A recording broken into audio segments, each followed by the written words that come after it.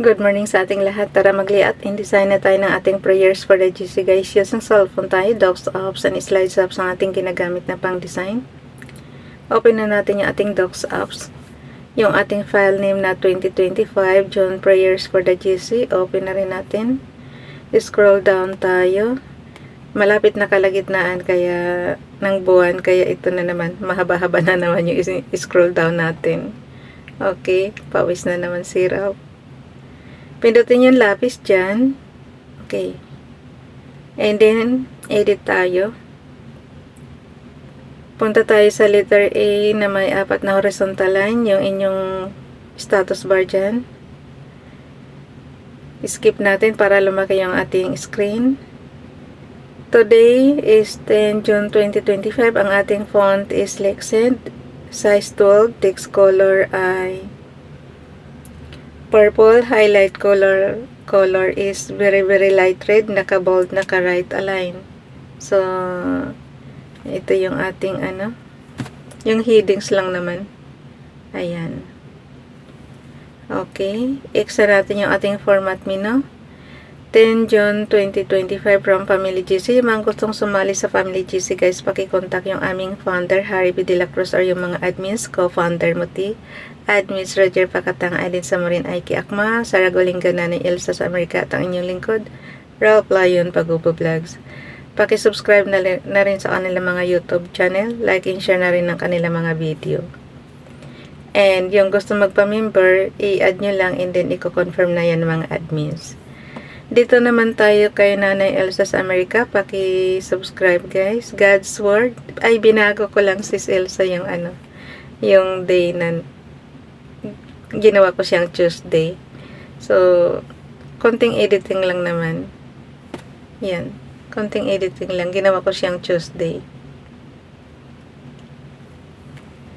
Kasi lagi ko siyang late nilalagay dito. So, kailangan talagang baguhin. Okay, God's Word is not just to be heard and repeated, it is to be breathed, lived, and emulated with its action. Happy Tuesday. Dito naman tayo kay Ralph Lion Pagubo Vlogs. Paki-subscribe. Lord God, we rejoice in your greatness and power, your gentleness and love, your mercy and justice. Enable us by your Spirit to honor you in our thoughts and words and actions, and to serve you in every aspect of our lives. Through Jesus Christ our Lord. Amen. Kinuha ko lang yan sa Google guys, and then dinugtungan ko lang ng kaunti. So yan. Kayo rin mismo, gumawa rin kayo ng sarili niyong prayer request. Ako kasi may sarili akong prayer request eh. Nakaano talaga ako sa good health lang parati. Yan talaga ang sa akin. Kasi walang silbi ang pera mo guys kung lagi ka namang sa ospital.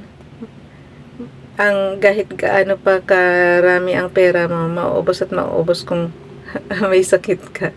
Mapupunta lang sa hospital bill, diba? Ay, naano ko nga pala, sabi nila wala raw yung malasakit center, hindi daw pinunduhan ng government. Nakapagtataka naman ako, pondo ng government ang malasakit center, pero ang credit kay kay Senator Bongo. Saan ka naman noon makakita na pag tinulungan ka na ng malasakit center is ang utang na loob mo kay Senator Bongo. Isamantalang ang government ang nagpondo niyan. So taxes rin yan ng Pilipino guys, hindi sa iisang tao. Kasi yung mindset ba, tinatanim nila na kay Senator Bongo yung malasakit center. Eh, kung walang pondo ng government yan, walang silbi yung malasakit center, diba? Batas lang siya, pero ibig sabihin, government tayo pa rin ang nagpopondo niyan. Taxes pa rin natin yan. Kaya magtataka talaga ako, bakit puro Senator Bongo sila? Kaya nanalo noong yung kasi sabi nila, yung malasakit kay Senator Bongo daw. Paano nangyari yun? Ipondo ng government. Diba? Hindi naman pera na galing sa bulsa ni Senator Bongo yan. Kaya nga ako talaga nagtataka. Ewan ko ba sa mga tatapos. Lugi nga rin tayo eh. Alam mo kung bakit? Ang mga senator, 6 na taon na magtatrabaho, pero ilan lang ang batas na gagawa nila, samantalang araw-araw natin sila pinapasweldo, buwan-buwan natin sila pinapasweldo, tapos ganun lang ang ano nila, ang nagagawa nila. Kaya nga sabi ko, tanggalin na yung senator eh. Sobra ng daming batas, 'di ba? Wala na silang ginawa kundi magdebate. Ay nako. Sabi ko nga eh, kung hindi lang sobrang lupit ng ng batas sa Biblia, yung kasi puro death penalty kasi doon. Mas maganda na kako na na lang, na sundan na lang yung batas ng Biblia. Yun na lang para wala na tayong senator. Wala na tayong na lang, yung lower house na lang, kasi ang lower house talagang yan, may kanya-kanyang distrito yan guys. So kung binoto yan ng tao, kasi yung doon sa lugar nila kilala siya, pero ang senator pangkalahatan, huwag ba kasi popularity na lang ang pinag-aanuhan nila dyan eh, kaya sila nananalo. Hindi na talaga yung sa totoong gagawa sila ng batas. Pumupunta nga sila dyan para lang protektahan si Sara Duterte. Ganun sila. Kaya sometimes talaga mas mainam pang walang senator guys. Sayang ang pasweldo kasi sa kanila. Kasi para sa akin redundant na yung mga batas eh. Sobrang ng daming batas talaga, 'di ba? So yun. Ay nako, Pilipinas kung mahal. Kasi kung yung 24 senators guys, pag wala na yan, wala na tayong pasasweldohin. Ang laki matitipid natin. Magkano yung sweldo nila? Sa kanila palang milyones na, 'di ba? So malaki matitipid natin, milyon-milyon, ilagay na lang sa proyekto. Para wala na rin masasabi na magnanakaw yung ganitong senator, para wala na rin ganyan. So mainam pa wala na, tanggalin na sila. Sa lower house na lang, kasi talaga doon, pang distrito talaga yan, mayroong mga representative talaga ang bawat lugar natin. So senator walang selby para sa akin yan. Opinion ko lang yun ha. So, yung basahin na natin dito kay FB Donalyn, yung repost prayers natin. Prayer for forgiveness. Ito. Tinamaan agad tayo, magpapatawa daw tayo. Heavenly Father, I come to you with brokenness and humility to ask for forgiveness of my sins today. Father, your word says, if I confess my sins, you are faithful and just and will forgive me and purify me from all unrighteousness. So today, I come to you with a broken spirit and contrite heart, and I confess my sins to you. I ask, Lord, for forgiveness of the sins that I have committed knowingly and unknowingly. I thank you, Father, for the ultimate sacrifice of your Son, for his blood that washes me as white as snow. I thank you for I recognize that his sacrifice was enough, and I don't have to work for your forgiveness. As I ask, Lord, for the guidance of the Spirit moving forward, I pray that you will remove my heart of stone and give me a heart of flesh that is sensitive to the conviction of the Holy Spirit. I ask for his guidance and for his strength to help me resist any temptation that may come as a result of my desires, of my desires. Thank you, Father, for I believe that I am free from the guilt and shame of my sins. In Jesus' name I pray. Amen. Pagka ganito kaliit, guys, sobrang liit niyan. I-zoom nyo na lang, okay? Sobrang haba pati.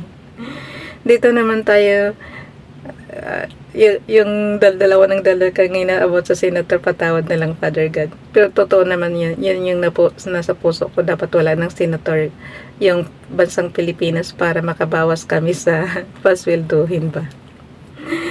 Okay. Dito naman tayo kay Ronelo Legaspi Vlog. Proverbs chapter 12 verse 25. Anxiety weighs down the heart, but a kind word cheers it up. May isa pa, my son, hear the instruction of thy father and forsake not the law of thy mother. Proverbs chapter 1 verse 8. Kinuha niya yan sa Light Bible. Dito naman tayo kay ando lang natin. Bumaba siya eh. So, yun. Dito naman tayo kay Ralph Lion Pag-Vlogs. Ito yung repost prayers, guys, ng 10 June 2023.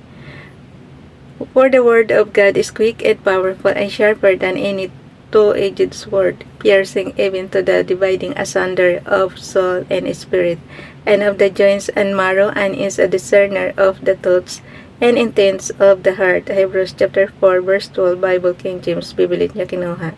Dito naman tayo sa repose prayer ni Nanay Elsa sa Amerika.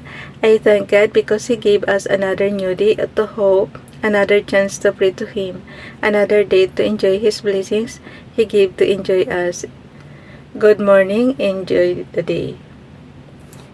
Kay Princess Diane channel naman, but I say unto you, which here love your enemies, do good to them which hate you.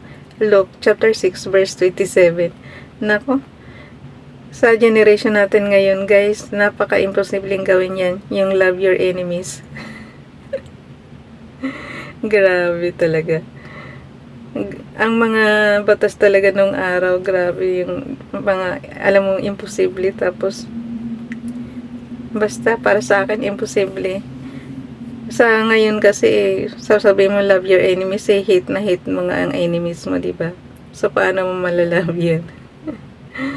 Okay, dito na natin, dinala na natin siya sa ating number 10 June 2025. So, yan. Bukas 11, another column na tayo. Ay, thank you talaga, Father God. I survived the 20 years in Hong Kong.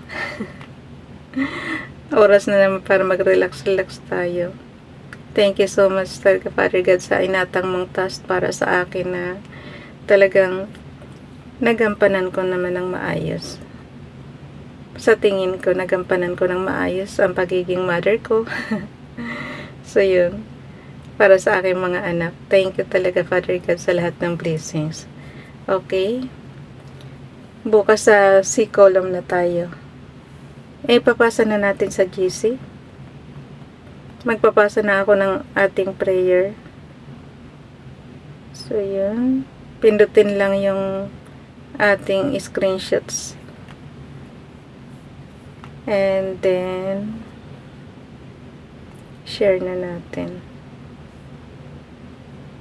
Piliin yung chats. Kasi sa GC tayo pero hindi lang GC na family ang binibigyan ko nito guys. Pati family ko sa Pilipinas, binibigay ko rin ito.